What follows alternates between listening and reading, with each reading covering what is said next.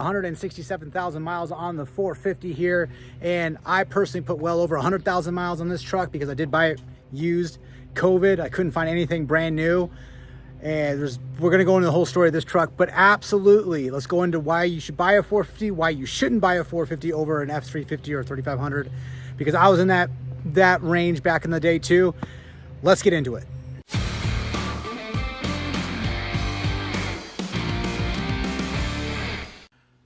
Here we are in front of the 450. Let's go over some of the differences between the 450 and the 350. Now, I was doing a bunch of research beforehand because I knew I needed a dually truck for the business, but I wasn't quite sure about the 350 and 450. And to be completely honest, you guys, I'm not brand loyal. I wasn't really looking for the GMC or Chevy because, in my opinion, they had pretty much their interiors on the same par as Ford. And Rams, 3500, their interiors better. It's just better, period. But that was the difference. And then mainly it came down to a couple things we're going to get into right now is why I chose the 450 over the 3500 or 350. Couple of things. The main selling feature, if you go with dealerships and everybody, like even you'll see some shorts in here, wide track front end on the 450. Wide track front end means I can turn in 7.5 to 8 foot a lot closer than, say, an F350, and that goes with the 3500s as well. Not sure about those. There's probably they might turn in a little better than the 350, but I think they all run pretty much the same axles, give or take. So 8 foot difference. It absolutely, that's the main selling feature for this truck. You don't care, then you don't care, but for me, I absolutely care, and it does make a difference.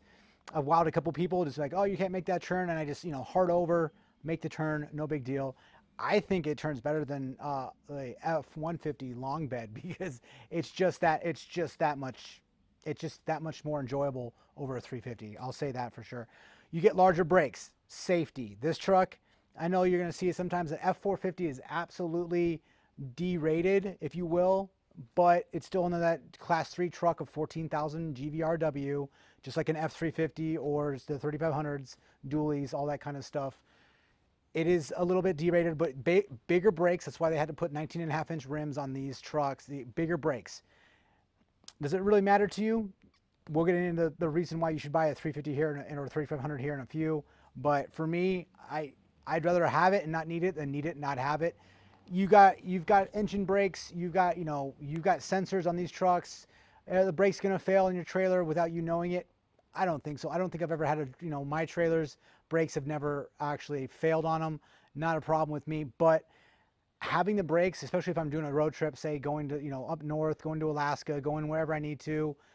We're not here in the flat area of Michigan here, but it's nice to have them, and I do notice them. This truck, being it has 167,000 miles on it, I've replaced all four brakes one time. I'm getting ready to do the fronts again here pretty soon. Now, they're not there yet, but they're getting pretty close. I'd say we have about 25% left, and we'll get into the reasons, the bad things about the truck. It's not bad, but the things that have gone wrong with this truck, and you'll know why I'm throwing some brakes on it now as opposed to waiting a little longer. You do also have larger half shafts on the F450 as opposed to the F350 by a couple splines, I want to say. Like it's like 41 splines as opposed to like 38 or whatever it is. So you do have larger axles. You also have the front end the front end frame is actually a little different than the F350 because of the front end axle, the front axles. It's a little bit beefier, but nothing to write home about. And the rear gears on the F450, you have one choice. 430s. You don't have the choices you have with the F350 dually. I think they max out at 410s for their max tow capacity or package. And the F450, you got one choice, 430 rear end, and you have power stroke. You don't have the gas option unless you go with the cabin chassis, which that's a completely different truck, commercial grade, not the same. This is a pickup truck. That's just basically I'd say a commercial mid-tier truck. Not the same whatsoever. The frames are different. Lots of things are different on the cabin chassis trucks. And I think that goes across the board for pretty much GM and Ram as well. Why should you pick a 350 over a 450? The main reason why everybody comes down to it is payload. This truck does not have the payload that F350 of the exact same layout. This is an STS package, like I've already said before. It's pretty bare bones. It's the way I love it. I love this truck absolutely. There's no panoramic moon roof that can leak over time. I'm planning on keeping this truck for well over a decade, longer. I mean, there's no plans of getting rid of this truck, period. And we're gonna go over all the modifications that's on the way for this truck, everything I've done to it, everything that's broken. We'll get to it. Don't worry, guys. But this truck, if it was in the F350 version of it, the F350 would have more payload, which means you could haul more things, you can carry more people in the bed of the truck, wherever you need to do, it would have more payload. These trucks roughly weigh about 500 pounds ish more than their F350 counterpart. You know, packages, you know, all that kind of stuff, you know, being the same, you're losing about 500 pounds of payload.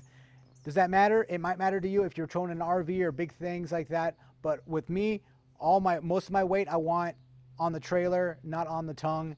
And this truck, it's just built the way I want it to, as far as, you know, being future proof for anything coming down the line. Next reason why you would buy a F350 dually over an F450, smoother ride. I think everybody says it, because of the suspension, because of the wheel and tire package on the F450, the commercial rubber on this thing. It does ride rougher than an F350 or 3500 of the exact same counterpart. Absolutely, I don't think that's even negotiable. It doesn't bother me whatsoever. But if your family's going to be in the truck all the time, you're daily driving it, that might make a difference to you. It doesn't make a difference to me, and my family definitely notices. Don't get me wrong, and they definitely notice it when we go over bumps and everything like that. Something you got to live with, but it's not a game changer for me, and it's not a negative for me. And with that being said, you guys, why did I choose the F450 over an F350 of the exact same thing? Really, it's the turning radius. I mean, I test drove a 3500 Ram, and I was in an F350, and those were great. I mean, honestly, if the 3500 Ram, the blackout package of that one was available when I was buying this truck, I probably would have bought that truck because of the looks, because of what I had, the interior and everything. But it was different during COVID era, and these trucks didn't exist new. Like, they're all gone. Plus, just like toilet paper, it was all gone. So, but once I got into the F450 and I actually turned with it, it's a wow factor. It's like, oh, well, I literally can get into spots far easier. You know, I can maneuver the truck. This is a road train. This truck is long. So it's 8-foot bed, you know, 4 doors, just like most all the other trucks just like this are long. It's a road train for sure. And it just makes life just a little bit easier. Absolutely just a little bit easier. And then I did a little more research, bigger brakes. I'd rather have it, not need it. And that it came down to it. I don't care about the rough ride. It just works out for me. And this is a good truck for me. I don't need all the payload capacity with that you'd get. This truck has 4,999 pounds of payload capacity. So if you put me in it, I might, then once I'm in the truck, then we're down to 500. That's a joke. But I could get more payload capacity with an F350 dually. But like I said before, most of the weight I'm towing is going to be in the trailer, not in the bed of the truck on tongue weight. And with that, you guys, let's go around the truck. I'll give you guys a little tour of everything that's going to be done to the truck, and we'll get into the closing remarks. All right, guys, that's the tour. Absolutely 150%. I'm in love with this truck. Now, this truck's already about 4 years old now. So yes, the newer Super Duties have come out, and they actually have some great little options in there. And as you can see, I'm addressing some of those options with the modifications to the truck. But again, would it be nice to have a brand new truck with, the high output, new engine that comes out with it? I will say this, like, when I was shopping for a truck, I didn't think I needed the diesel, and I kind of wasn't really sold on the 8-foot bed. I was like, medium bed, 6-foot 4-inch bed. I can work with it, and I don't really need a diesel. I can do it with a gas engine. Now that I've had the diesel, the Power Stroke, I'm addicted to the torque. I'm addicted to the power. And that being said, I don't want less power. Now, do I need more power? Not really. Like, I've never been in this truck and thought, man, I could use another 150 foot-pounds of torque. It hasn't happened yet, guys. I'm not screaming this truck at 35,000 pounds on a gooseneck or, a fifth wheel or anything like that. But we've been towing over 20,000 pounds with this thing with the dump trailers.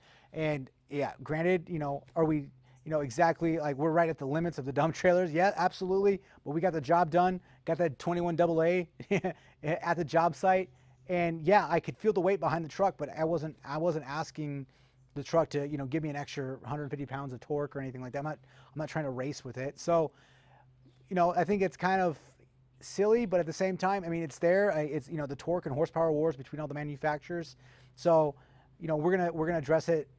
I don't need a brand new $100,000 truck just to have the latest and greatest. I'm gonna go ahead and use this one to my best of my abilities. We can do some modifications. Yes, there's 167,000 miles on this truck. It's been worn.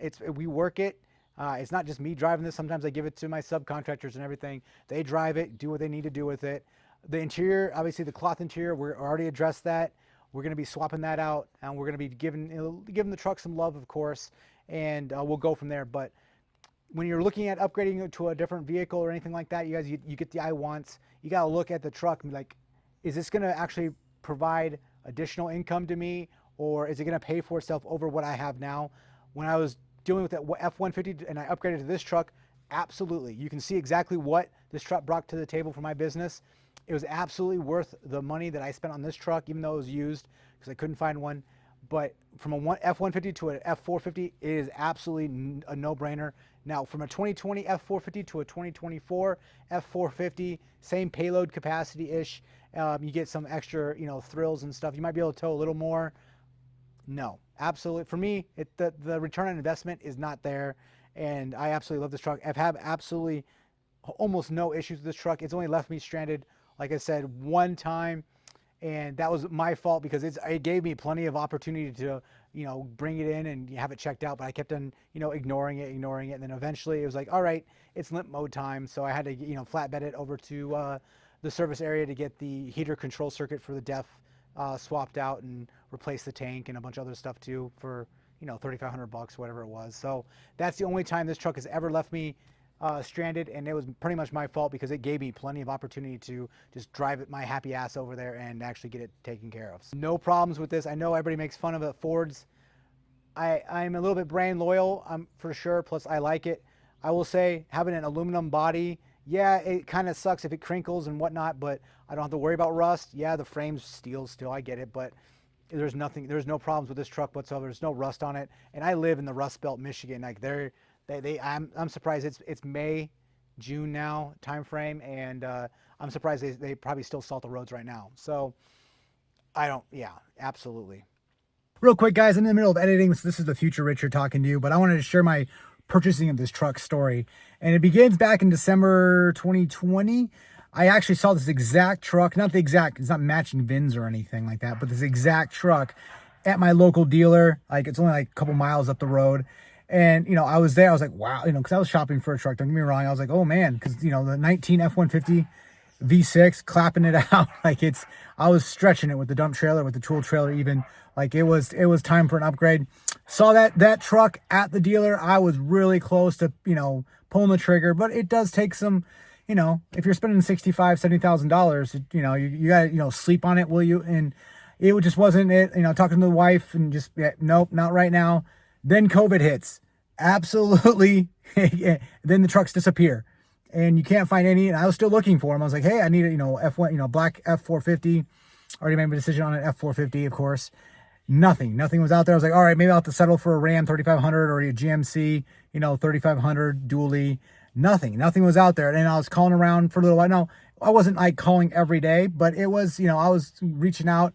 And then I was searching around, and basically, Fairway Ford in Ohio, I contacted them. They're like, we don't have any, we have 2 F450s coming out of the truck. I was like, all right, send me a picture. I need one black. And he had to be black because this is what I wanted. I wanted a black truck.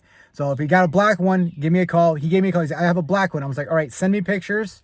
And it has to be specific. I don't want a sunroof. There's certain, I don't want anything higher than a Lariat because I don't want all the bells and whistles. I'm fine with what this truck is. And he says it's an STS package, 8-inch screen, and no bells and whistles, basically. And perfect. Awesome. Here's my debit card. We're coming down, and we'll be picking it up the next day or something. I forget. So talked to the wife. She had to work, of course. I just took the day off from, I forget what I was doing, and just, told my customers, hey, time to go get a truck. Took my daughter with me. I believe she was 2 at the time, 2 and some change at the time. And we went down, drove all the way down, handed him the keys to the F-150, signed, drove away with the F-450. And of course, being that, a little road trip with my daughter, it was super fun, which makes this truck just a little more sentimental value to me. It was awesome to go down there. And of course, my wife would have gone too, but obviously she's working.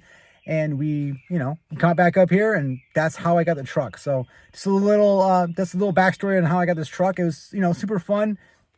Makes all the difference in the world when you get to spend a little bit of time with your daughter, go pick up a truck. It's just kind of a dream, really. So all right, guys, let's get into a little bit of what we're going to be doing to the truck, and some of the things, you know, preventive maintenance. I do change the oil on this thing, and about every 180 engine hours. I don't go by mileage, I go by engine hours, because diesel, you know, maintenance, all that kind of stuff. So we are okay. Let's get into the cost of this truck. So costs about 250 bucks for oil change, and that's me buying the oil and just paying somebody 40 bucks to drain and fill it. No tire rotations on this thing. I just replace them, because you get steer axle, you get steer tires, and you get the pushing tires, vice versa with the axles as well. Absolutely have no problems with this truck. Fuel mileage is around 13 miles per gallon, and that's with me towing. And again, dump trailers are 16K and 20K respectively, but that's, you know, that's what we're at. And this truck has about, you know, 60-70% of its life is with the trailer behind it. And I'm not including my tool trailer. Tool trailer is only like 7,000 pounds. This thing doesn't, I'm not gonna lie, I would break my neck looking behind me, because I forget that the tool trailer is behind this truck. It doesn't affect it whatsoever. I could drag the axles off that thing. But new tool trailer, not so much. That thing's gonna be a 14 to 16,000 pound rated trailer, so we can put some weight in it. But this truck, absolutely 150% is a home run for me. And I did my research, you know, obviously it is nice. The only problem I've had was obviously the heater control circuit underneath the truck over here, the def tank. It did go out. It caused the truck to basically, you know, give me the low def warning, all that kind of stuff. Hey, we're gonna lower your mile per hour to 50 miles an hour until you fill it up, and then it wouldn't register. So, and I ignored it, tried to cycle it, clear the code, and all that kind of stuff, and then eventually went into limp mode and I had to get it towed. But that's, you know, that being said, that's the only time, and that was pretty much user error for me for being, you know, left on the side of the road stranded or anything like that. Other than that, front and rear brakes once, 2 sets of tires for 167,000 miles, and the front right inner axle seal is leaking. That is the first mechanical failure or issue that I've had with the truck. 167,000 miles, that's the first one, and now that's not leaving me stranded, but it's something I need to, you know, address eventually, and that's why I'll be replacing the brakes, even though I still have about 25%, 30% left on the front brakes. Got to take them off anyway. Might as well swap them out and replace them. No big deal. The other mechanical failure that I've had on it was obviously user error.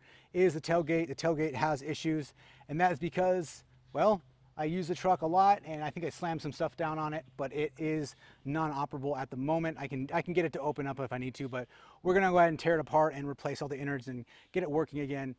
But that's I would say normal wear and tear item. Like, that's just because I use the truck as a truck. That's not like a that's not like a Ford issue or anything like that. You know what is a Ford issue is the damn seat belts. Seat belts on the driver's side, passenger side over here, right where I'm pointing right now. That one actually failed, so I'm going to replace that one. I'm not sure why. I never use them in the back seat like that, except for my daughter. But it failed, and I think even all my Mustang, you know, F150, they, you know, seat belts kind of suck. But I think that might be with every manufacturer. I'll say that is what it is. But let's get into the modifications of the truck. We are going, it's a diesel engine, so it's basically a glorified an air pump. And so we're going to let it breathe a little better. And, you know, air intake, you know, tune, all that good stuff. We won't get into it, but we're going to let it breathe a little better. I do like the 8-foot bed for sure. I wasn't really a huge fan of it, but, you know, being an F450, you had to go with the diesel and you had to go with the 8-foot bed. And now I'll never not have this truck because I love the diesel and I love the 8-foot bed. It just makes life so much easier as a contractor. These side steps right here are great, except they end right here. So we're gonna get longer ones and bring them over so I can actually step up a little bit and get over and in. So that is one of the things with the new F450s, the 2024s. They have that little side step inside that caught my eye a little bit, but easy workaround for me is just getting extended running boards just like that. Boom, done. And we can still use the truck as a truck. But it's nice. I mean, I'm 6 foot, 6'1", and I can still reach in here, but it does take a little bit of effort. So if I can have a little step right there, it would help out a lot. Next modification for the truck is going to be the front seats, but we're actually going to be doing the entire interior swap. You guys can see truck is dirty because we are using it as a truck, but you can see this. I use it, we drive it, it's 167,000 miles, but we're going to swap it. This is an XL package with the STX, I guess, and we're going to be swapping everything out. We'll buy some new seats, new interior, and inverter, all that good stuff. Can I upgrade the system a little bit, but make it more user friendly?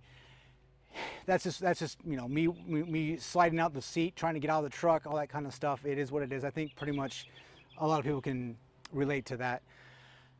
We are going to go with a larger fuel tank. I think they make a 68 gallon or 70 gallon fuel tank for this thing. This thing's actually 48 or 49 gallons right now. We are going to upgrade that a little bit just so you have the extra range, no big deal, but it should be pretty good. And the next upgrades we're going to be doing is going to be basically a blackout pack. We're going to eventually do 20-inch rims and tires on this bad boy with a blackout package, LED front lights. The lighting on this is not the greatest. It's an XL, you know, STX package, so you got your regular lighting. In the nighttime, it's noticeably dim. You're like, oh man, I wish I had more. I had more light. So we will be doing a blackout package with the front bumper. Actually, you know, maybe small lights here and there. We're not going to do a crazy, you know, Superman light bars or anything like that, but we want more light on the front and of course in the rear too. But we're going to do a blackout package, front and rear bumpers.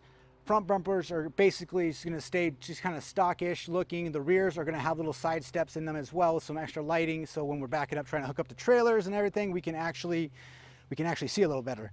So I'm not sure what happened here, but I do have a little dent right there. I'm not sure actually. That could have been user error. I'm not sure, honestly. Love the Gen Y hitch. That's staying. That's not going anywhere as well. But we're going to upgrade the front and rear lights to LED, get the extra hardware and everything like that to them. This actually did fail. I got, if you can see in there, a little corroded. I do have it's actually, that part is actually in the truck right now. I'll swap it out. Pretty simple to swap that baby out. That's user error as well. Some water got in there and I think one of the pins snapped off. So, and we do have a CP4 disaster kit actually in the garage right now that I haven't put on. We will be putting that on with the catch can and some extra filters and everything with a coolant filter. We're going to be just making the engine as reliable as possible, even though it's been dead nuts reliable. I'm not going to lie, dead nuts reliable as it is. But we're going to try, you know, I don't want the CP4 to eat itself and cause me, you know, $10,000, $15,000 to replace everything. So that is something I am not willing, nor do I want to actually do. I would, but I don't want to. I don't want to. We are going to be upgrading to Bilsteins or Fox shocks as well, all the way around. And of course the stabilizer bar as well, just because, well, it's 167,000 miles. It's time for an upgrade. We are going to be slapping those babies in there. Not trying to lift the truck at all. I like the height of the truck, especially it's going to have a little extra height with the 20-inch rims anyway, but I like the height. I don't want anything, you know, I don't need to compensate for anything. I don't need to lift the truck up for any reason. We're not going to go crazy off-road with this thing, and thing weighs a lot. So not like we can get over mud or anything like that. We're going to go through mud. That's what this truck does, is goes through things, doesn't go over anything. Other than that, guys, not much else I really want to do to the truck. Just want to make it reliable. It's my work truck. It's my everyday truck. Just want to make sure that it's there for me when I need it, and I want to take care of it as much as possible. Roof rack maybe down the road, something like that, just to be able to have extra storage up there. But we got to look at the, you know, live and dead load capacities of that roof. I haven't actually done any research on that as well. So let's get into the closing statements here. But that's all I got for you guys. I appreciate it. Like and subscribe. We'll see you guys in the next video. Have a good week.